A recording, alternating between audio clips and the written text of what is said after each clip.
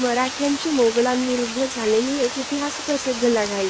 कर्नाटक राज्यातील म्हैसूर शेजारी चित्रदुर्ग येथील दोरदेरी मराठ्यांचे सेनापती संताजी घोरपडे व मोगल सरदार कासिमखान यांच्यात ही लढाई झाली. 1695 ते 96 या लढाईत संताजीने आपली सर्वोत्कृष्ट कामगिरी दाखविली. कासिमखान हा म्हैसूर इलाख्याचा मोगल फौजदार होता. याच परिसरामध्ये संताजी देखील वर्चस्व प्रस्थापित करण्याचा प्रयत्न करीत होता. संताजीचा पूर्ण नाश घडवून आणण्याचे आदेश औरंगजेबाने कासिमखानला दिले होते. कासिमखानने पाऊल उचलण्याच्या आधीच संताजी मोगल सैन्याच्या जवळपास येऊन पोचला. कासिमखानने युद्धाची तयारी केली होती. रुहुल्ला खान व इतर सरदार देखील त्याच्या मदतीला आले. मराठ्यांनी रुहुल्ला खानच्या तुकडीवर पाठीमागून हल्ला केला. 7-8 हजार मराठा सैन्य रुहुल्ला खान आणि कासिमखान यांच्या सैन्यात घुसले. मराठ्यांच्या वेगवान हालचालींमुळे कासिमखान व रुहुल्ला खान यांचे सैन्य विभागले गेले. संताजीच्या सैन्यासमोर मोगलांच्या सैन्याचा निभाव लागेनासा झाला. मराठ्यांनी मोगलांचे साहित्य, अन्नसामग्री नष्ट करून टाकली. माणसांना आणि जनावरांना देखील खाण्यास अन्न उरले नाही. मोगलांनी ही रात्र कशीबशी जागून काढली. दुसऱ्या दिवशी सूर्योदय होताच पुन्हा युद्धाला तोंड फुटले. मोगलांचा मातब्बर सरदार मिर्झा हसन आणि त्याचे सैनिक मराठ्यांकडून मारले गेले. मराठ्यांनी मोगल सैन्याचे 3 दिवस अतोनात हाल केले.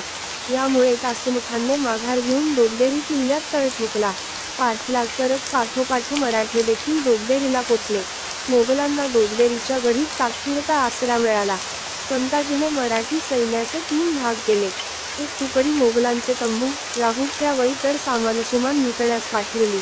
दुसरी तुकडी आपल्या बरोबर घेऊन स्वतः संताजीने मोगलांवर चौफेर हल्ला चढविला. तिसरी तुकडी राखीव म्हणून संकटकाळी सहाय्य करण्यास ठेवली. कासिमखानला मराठ्यांचे सैन्य किती आहे याचा अंदाजच नव्हता. तो काही विचार न करता लढण्यासाठी पुढे आला. त्याच्या सैन्याची मराठ्यांनी प्रचंड कट केली. ते पाहून खानजादा खान कासिमखानच्या मदतीला आला. पण मराठ्यांनी या दोघांचाही पराभव केला. कासिमखान, खानजादा खान, रुहुल्ला खान आणि सफशिकन खान यांनी दोगदेरीच्या गढीचा आश्रय घेण्याचा निर्णय घेतला. गढीतील मोगल सैन्याने पराभूत मोगल सैन्याला गढीत घेण्यास नकार दिला. त्यांनी गढीचे दरवाजे लावून घेतले.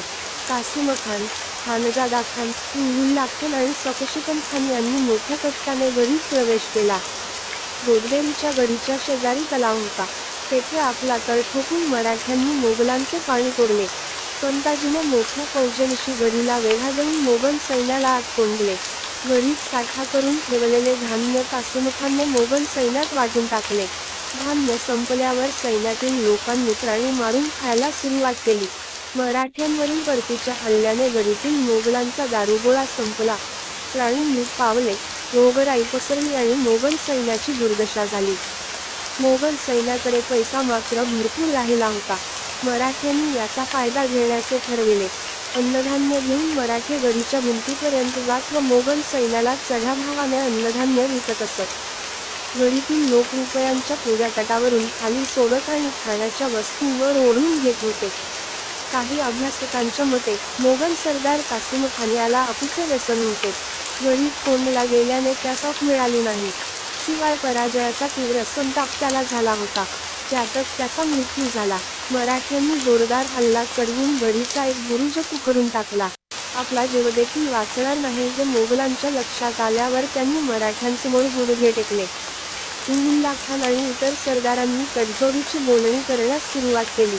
बोलणी करण्यासाठी रुहुल्ला खानचा दिवाण, काही सरदार व मोगल फौजेत असलेला एक दक्षिणेतील मुसलमान सरदार हे सर्व संताजीकडे गेले आणि अटींच्या अधीन राहून तह झाला.